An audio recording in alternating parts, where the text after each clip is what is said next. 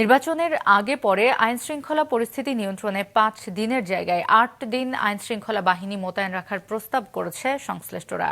সকালে নির্বাচন কমিশনে ত্রয়োদশ জাতীয় সংসদ নির্বাচনের সময় আইনশৃঙ্খলা পরিস্থিতি সহ বিভিন্ন ইস্যু নিয়ে বৈঠকে এ প্রস্তাব আসে। বৈঠকে স্বরাষ্ট্র মন্ত্রণালয়, 3 বাহিনী, বিজিবি, কোস্টগার্ড, র্যাব ও পুলিশের বিভিন্ন পর্যায়ের কর্মকর্তারা উপস্থিত ছিল।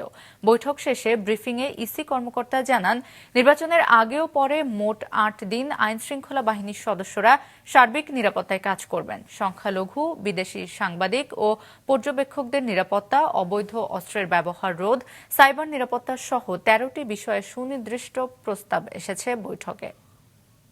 5 দিনের ডিপ্লয়মেন্ট প্রোগ্রাম করা হয়, সেখানে একটা প্রস্তাব এসছে এটা যেন 8 দিন করা হয়। নির্বাচনের আগে 3 দিন, নির্বাচনের দিন এবং নির্বাচন পরবর্তীতে 4 দিন। তো আমাদের ইনিশিয়াল প্ল্যানিং ছিল 5 দিন, এখন প্রস্তাবনাটা এসছে 8 দিন। এটা আমরা পরীক্ষা করে দেখব